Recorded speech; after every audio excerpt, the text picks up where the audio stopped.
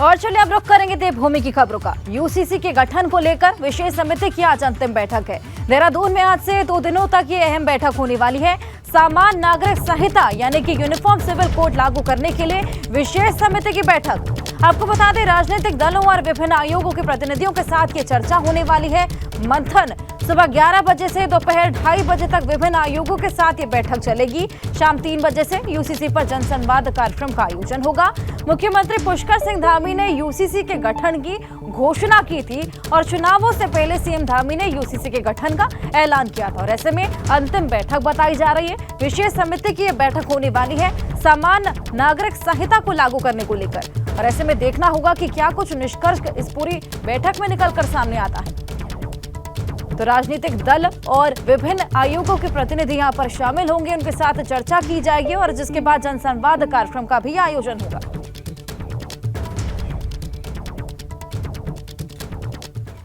तो सामान्य नागरिक संहिता के क्या फायदे हैं, यूनिफॉर्म सिविल कोड के क्या कुछ फायदे रहने वाले हैं, वो आपको बताते हैं। यूसीसी के गठन के बाद सभी पर एक समान कानून लागू होगा। शादी, तलाक, दहेज और उत्तराधिकार के मामलों में एक समान कानून रहेगा। हिंदू, मुस्लिम, ईसाई और जितने भी धर्म हैं सभी के लिए एक ही कानून रहने वाला है, यानी कि सभी धर्मों के लिए शादी, तलाक, दहेज, उत्तराधिकार के जितने भी मामले हैं एक ही तरीके का कानून। यूसीसी के गठन से न्यायपालिका पर जो दबाव है वो कम होगा। धर्म के कारण वर्षों से जो केस पेंडिंग पड़े थे, जिनका निपटारा नहीं हो पाया था, उनका निपटारा भी जल्द हो जाएगा। ऐसे में धर्म के आधार पर जो राजनीति होती है उस पर भी रोक लगेगी। तो हिंदू, मुस्लिम, ईसाई जितने भी धर्म हैं सबके लिए एक तरीके का कानून हो जाएगा और ऐसे में जो शादी, तलाक, दहेज, उत्तराधिकार, इन सभी मामलों में एक समान कानून हो जाएगा। विनोद हमारे सहयोगी और जानकारी उनसे लेंगे। विनोद, तो अंतिम बैठक बताई जा रही है, चुनावी मुद्दा था, लंबे समय से इंतजार था, ऐसे में क्या कुछ निष्कर्ष इस बैठक में निकलकर सामने आ सकता है? बिल्कुल हर्षा, देखिए सबसे पहले अगर बात करें तो धामी सरकार के प्रमुख एजेंडे में ये शामिल है उत्तराखंड में यूनिफॉर्म सिविल कोड को लागू करना। और अब प्रदेश के 12 जनपदों में यूनिफॉर्म सिविल कोड की कमेटी ने जनसंवाद किया है, सामाजिक संगठनों के साथ बैठक की है और आज इसी क्रम में देहरादून में भी 2 दिनों तक महामंथन बैठकों का होगा, जिसमें सामाजिक संगठनों के साथ साथ में विभिन्न आयोगों के अध्यक्षों के साथ संवाद किया जाएगा। इसके अलावा तमाम जनप्रतिनिधि, उनके साथ भी संवाद का कार्यक्रम है। और जिस तरीके से अभी आपको बताएं कि उत्तराखंड में यूनिफॉर्म सिविल कोड को लागू करने की जिस तरीके की प्रारंभिक तैयारियां की जा रही है, तो कहीं ना कहीं शुरुआती जो तैयारी है उसको संपन्न कराने का कार्य भी अंतिम चरण में है। और इसी वजह से जो पूरा पैनल कमेटी का है देहरादून में 2 दिनों तक वो मौजूद होगा। आज विभिन्न आयोगों के अध्यक्षों के साथ में जनसंवाद कार्यक्रम होगा, तमाम विचार विमर्श होंगे। पूरा पैनल इस कमेटी का वो देहरादून में मौजूद रहेगा। और क्योंकि पूरे अगर बात करें तो 12 जनपदों में इस कमेटी ने अलग अलग जनपदों में जाकर संवाद कार्यक्रम किए हैं, सामाजिक संगठन हो या फिर जनप्रतिनिधि हो।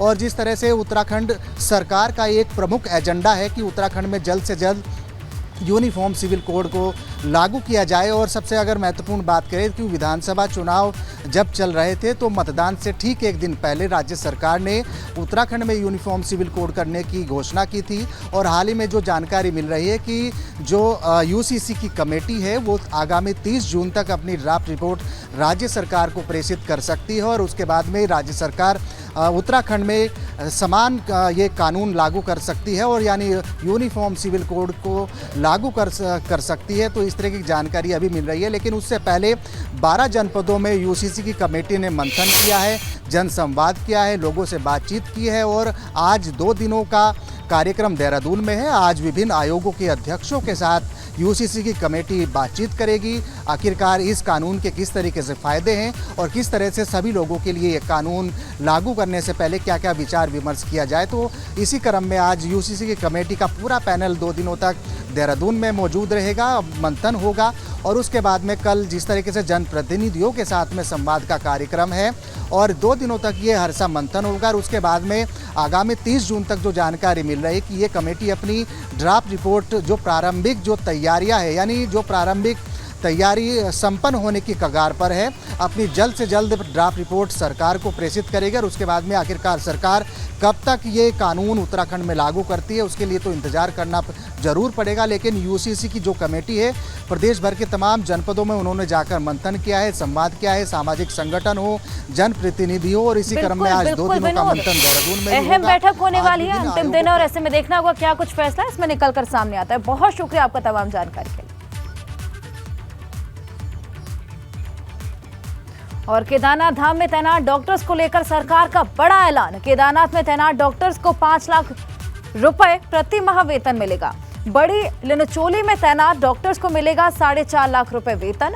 सोनप्रयाग में तैनात डॉक्टर्स को 4 लाख रुपए प्रतिमाह वेतन मिलने वाला है। स्वास्थ्य मंत्री धन सिंह रावत ने केदारनाथ यात्रा की समीक्षा की है और ऐसे में खराब मौसम के बावजूद केदारनाथ यात्रा के पुख्ता इंतजाम लिए।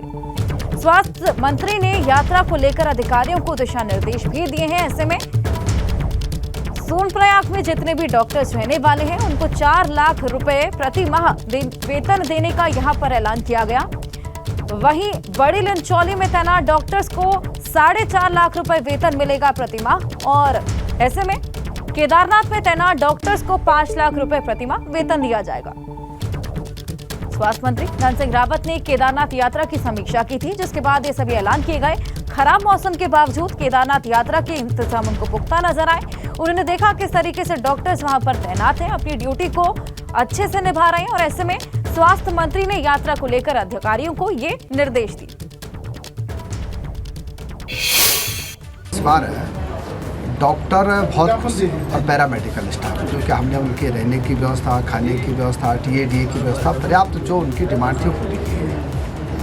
और आज ये भी तय किया हमने कि जो एम्बुलेंस है हमारे 108 सेवा है उनका रिस्पांस टाइम जो है 15 मिनट रखा जाएगा, और 2 एम्बुलेंस और बढ़ाने का भी निर्णय किया गया। बाकी जो फिजिशियन की दिक्कत थी एक, तो मेडिकल कॉलेज से जो है यहाँ पे रोटेशन में सोनप्रयाग में भी और केदारनाथ में भी फिजिशियन की व्यवस्था की है।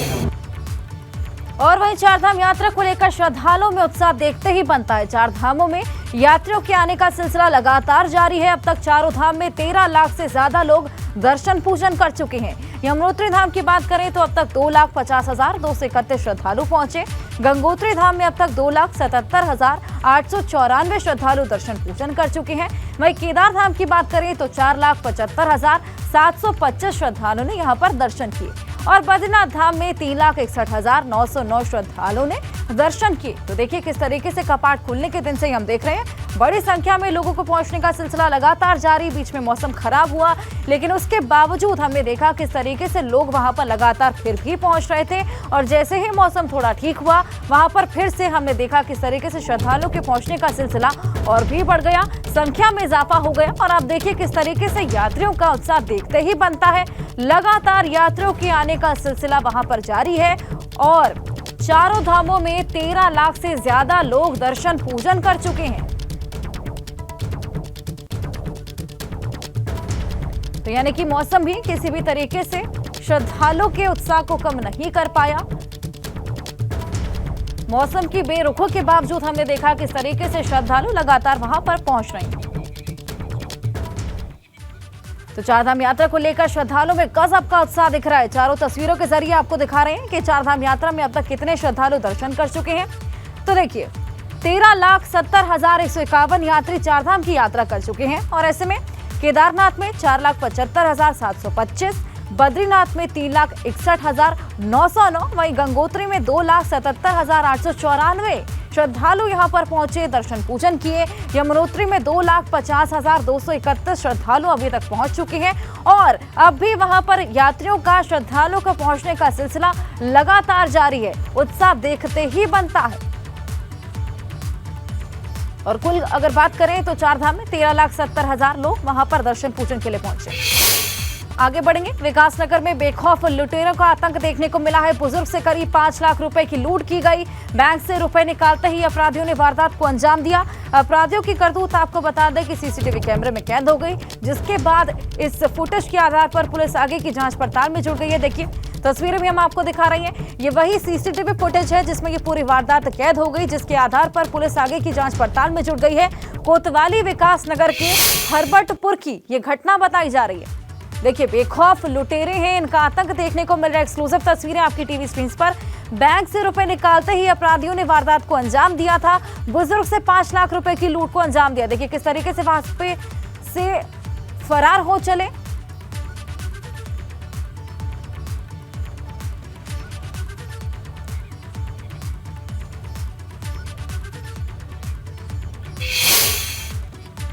और खबर हरिद्वार से, जहां पर तेज आंधी पानी में पेड़ गिरने से 2 लोगों की मौत हो गई।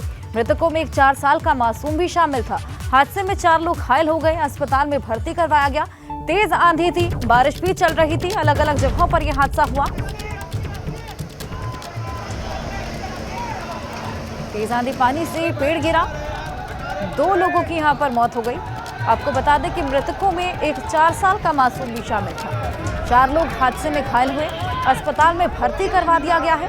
2 अलग अलग जगहों की ये खबर है। हादसा अलग अलग जगहों पर हुआ है। हमने देखा किस तरीके से मौसम में एकदम करवट ले ली है। अचानक से मौसम का मिजाज बदल गया है, तेज हवाएं चल रही है, आंधी चल रही है और इसी के चलते ये हादसा।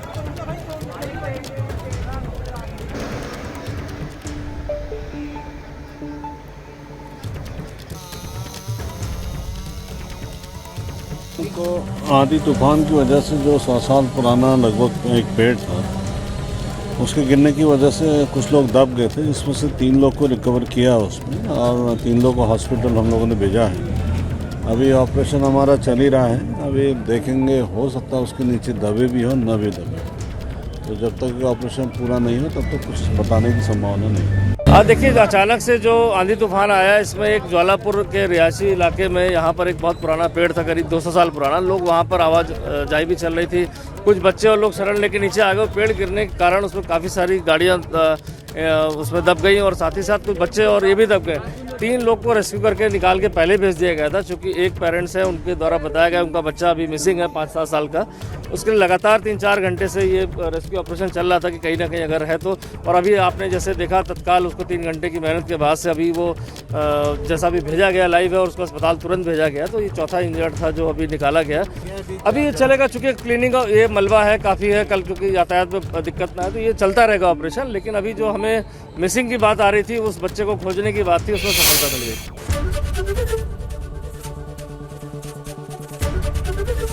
एबीपी गंगा, खबर आपकी, जुबान आपकी।